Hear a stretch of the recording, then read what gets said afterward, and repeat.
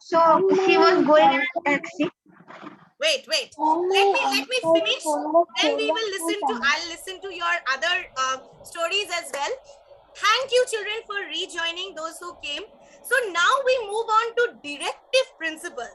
So these were your fundamental rights. Right to education, I explained last day while doing right against exploitation. That every child has the right to get education from class 1 to 10.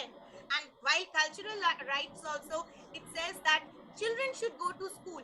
You know, one thing for COVID, we see one impact that okay, people are falling sick, going to the hospitals, all these things we are observing. But one more thing, one very deep impact of COVID, these are not visible to us directly, but I was reading it in one paper, and then there are studies being made which has showed in the last 1.5 years, very few children have the opportunity to attend online schooling, have the money to attend online classes. But in government schools, they have all been stopped. Many poor people have lost their jobs. There are daily wage earners. You work for one day, you get the money. Think about auto drivers, rickshaw pullers. They work for that day, whatever people are moving, then they get that money. But that has drastically reduced. So what has happened, one very wrong impact of COVID, which we don't see through naked eyes, but which is really there, that is high level of child labor. Child labor has increased in the past 1.5 years in India. And for girls, it has been even worse because child marriage has increased. Many children, even while we talk, we say that 18 Ma'am, years. this leads to dowry system and others. She was studying in class 9 and she got married in the lockdown. I'm Khalji Dynasty repeating. No, Khalji Dynasty. you actually, it's not only about Khalila, it's something that Indian law says that child marriage is not right. It is against the law, but it has increased because these girls who used to go to school because they got midday meal, basic education, now schools and all are closed, and the parents, they don't have job, they don't want to take the burden of the girl. Now they the girls are in village areas. A lot of child marriage has increased in the past 1.5 years. Also, child labor has increased a lot. Now parents and school dropouts, there is something called dropout, where you leave education incomplete. You are called a dropout when you leave your course incomplete. So the dropout rate has become much more than what it used to be in the past. In 2019 to 2021, there is a huge jump. Ma'am, then what will happen in 2025? It must. Now the government should try to. People are selling. So here comes the directive principles of state policy. What does the directive principles of state policy say? The directive principles of state policy, children, are nothing but guidelines, or you can use the word directions. Direction for the government. These are guidelines that were given by the framers of our constitution to the government based on how they need to work in future, how they should be working in future, that direction. When India became free, when India gained independence, there were many problems. There was problem of poverty, there was problem of illiteracy, there was problem of unemployment. All these problems were deep rooted. And do you think such problems can be solved? Yeah, do you think such problems can be solved in 1 or 2 years? No, ma'am. It takes many years. It takes many years. Why more years for India is because India has a huge population with diverse cultures. To solve the problems of India, it required long time. Ma'am, in schools now, girls are going missing in the villages. Absolutely, the school has been searching for them, but never found them. Their families, child, yes. I know for child trafficking. certain things are, yes, Child trafficking. it is taking place. Child Child marriage. Many children have been dropped out from schools, and the girls are being given in marriage. These things are happening in especially these are the unseen Ma'am, impact. are the girls agreeing for the marriage? Of course not. No, they are by See, so force. they don't have enough say. You tell a child of 10 years, 12 years, 11 years, 15 Sometimes years, when they are and going that away also with in village areas, patriarchy is much more strong. The girls are not given so much chance to put forward their opinions. The metropolitan cities are different. It also varies state-wise. Anyway, so as I was saying, these problems were very deep rooted, discrimination, and the government realized that it is not possible to solve these problems within 1 or 2 years. Hence, they laid down some guidelines for the government to follow in future while making laws. What are these guidelines? They showed the path. Like, suppose you have your test, open book marked classwork. I give you the instructions. The instructions are like the directive principles. Now you do your work based on the instructions. So see, here also the directive principles are nothing but instructions for the government. What are these instructions? Like, they should provide work, they should give employment, they should ensure fair distribution of resources, so that the point of socialist, India is a socialist, sovereign, democratic republic. So socialist, the poor are not Secular exploited. also. That's why the government takes tax based on income.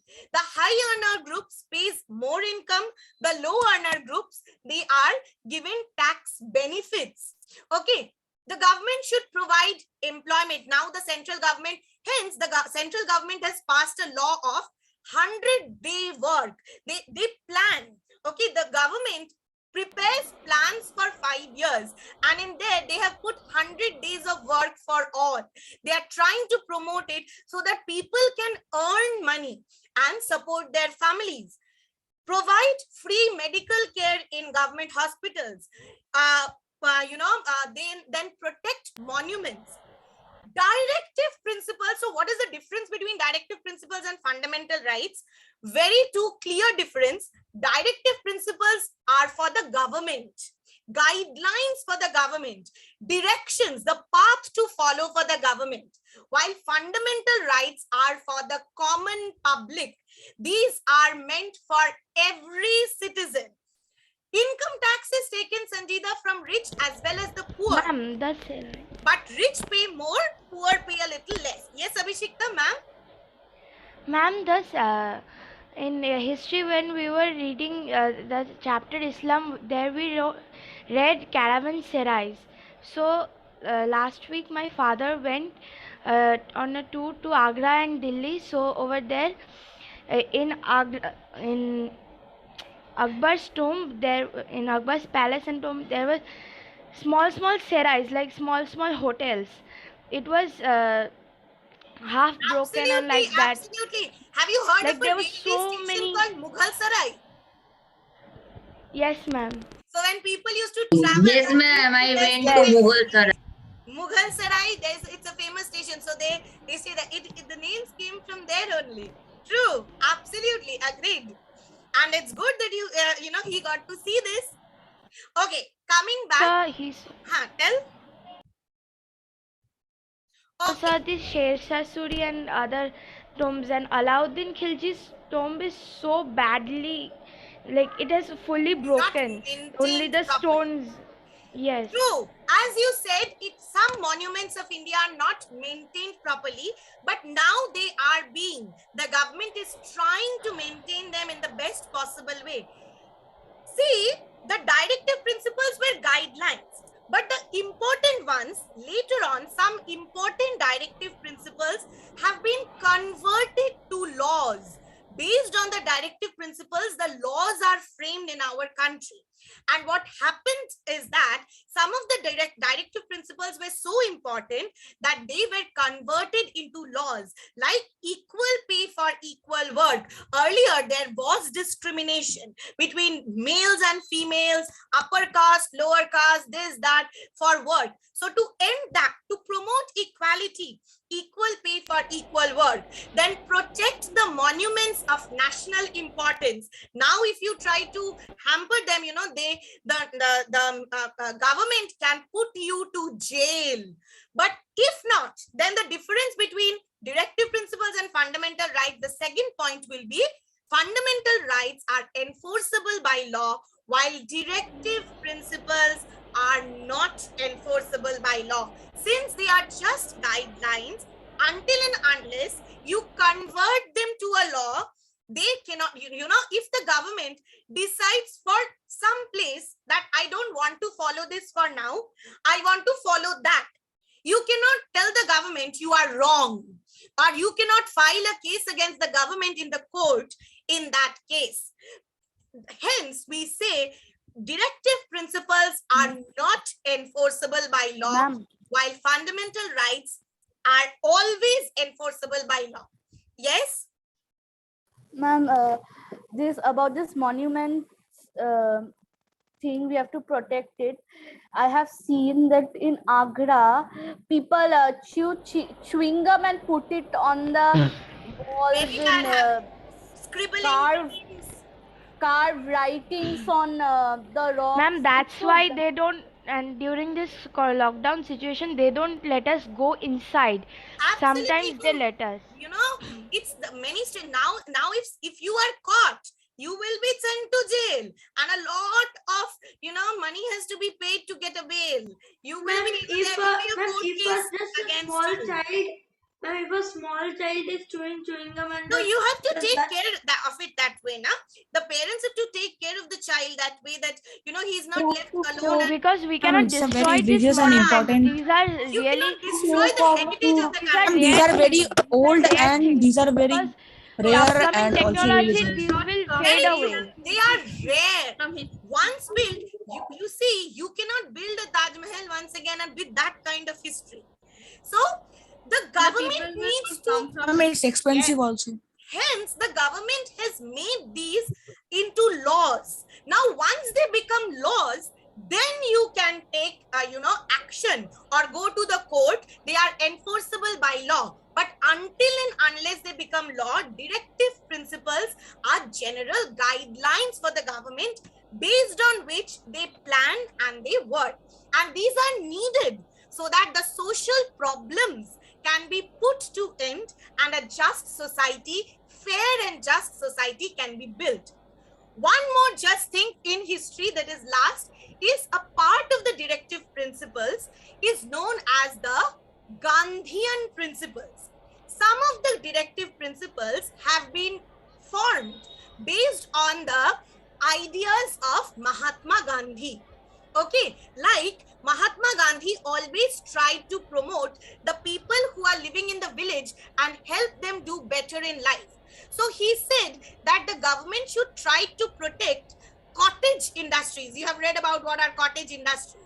So small scale cottage industries should be promoted. Then panchayat system in village so that the villagers can get easy, simple way of getting justice.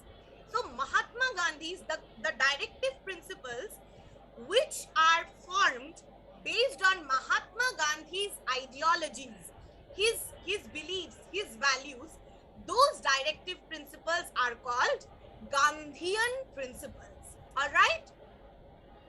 With that, we come and end to history for civics. Any question? No, ma'am, but I wanted to tell that when I was 7 years old, I had gone to a place. I think everybody knows it. It's called Konarak. Yes, I went. Yes, I heard of it. There it is a legend that sun god enters the temple, blah, blah, blah. Yes. That is very interesting. So what happened was when I went there, I saw a board called This ancient monument is of national importance. Anybody who destroys or alters it will be either jailed or fined or both. Very true. Absolutely. If you ever Ma'am, try you to know do how? it, even now, killing of rare species of animals, it has become illegal. If you do so, the directive principle that was there in the past, that was there in the constitution, is that, or it is still there, is that the government should also promote, the protect the environment. Preserving the environment is a government's work as well. Hence, you will learn this in EVS. Many parts of India, the forests have been declared as national parks and sanctuaries. Have you heard? Yes, ma'am. National Like, parks and Biology, ma'am, in biology, every, for example, in Kaziranga, when we environmental went science. over there, it's Absolutely. little bigger. You cannot do any hunting. Any cutting of trees on those areas are illegal. And to, if you go for research and anything, so proper government permission is needed for that. So government protects those areas. Government is protecting the rare species. Yes, ma'am. And Yesterday, while going through the fundamental rights, my mother told me that all these fundamental rights can be enjoyed by us, but there are some restrictions. Absolutely. So, ma'am, Especially on example- right to freedom. yes, ma'am, Ma'am, for but- example, right to equality. Ma'am, but If there are restrictions, then how can we how can we enjoy them? Like, No, what is the use see, of this right? No. Is there- This point I would like to explain it to you. Just like you come to school, you enjoy studying in school with all your friends, everything. You are having a good time. But does that mean a school will be there with no rules? There will be no school rules. But still you enjoy. You like your school. In the same way, when you live in a country, there has to be some limitations. Why these limitations? So that the welfare of the society is not put into risk. If everyone starts thinking about only me, I want this, I will do that, I am, if everything becomes about I, then us will not be important anymore. So to protect the society, like if I say my religion is the best, my festivals are the best, everywhere other festivals, why are you celebrating this? If you cross that line, then it is a limitation.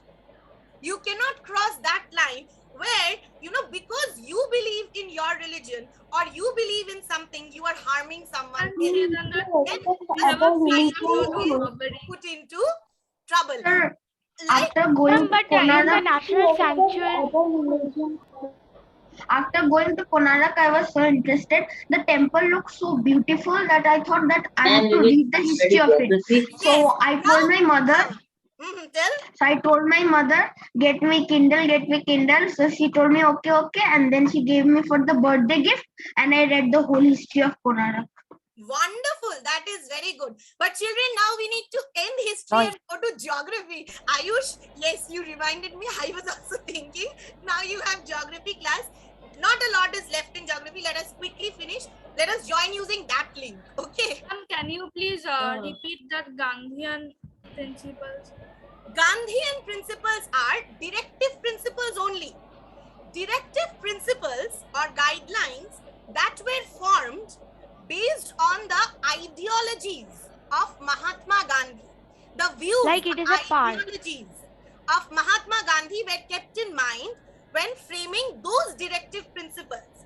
Hence, they are, Mahatma Gandhi had certain vision for our country. His birthday is tomorrow. So, you see, keeping in mind his vision of India, these guidelines were laid down for the government. So, they are called Gandhian principles. Ma'am, but All what right. if somebody in, ma'am, but in Kaziranga, it still happens like the people, some hunters, they want the Illegally horns hunt. of the, yes.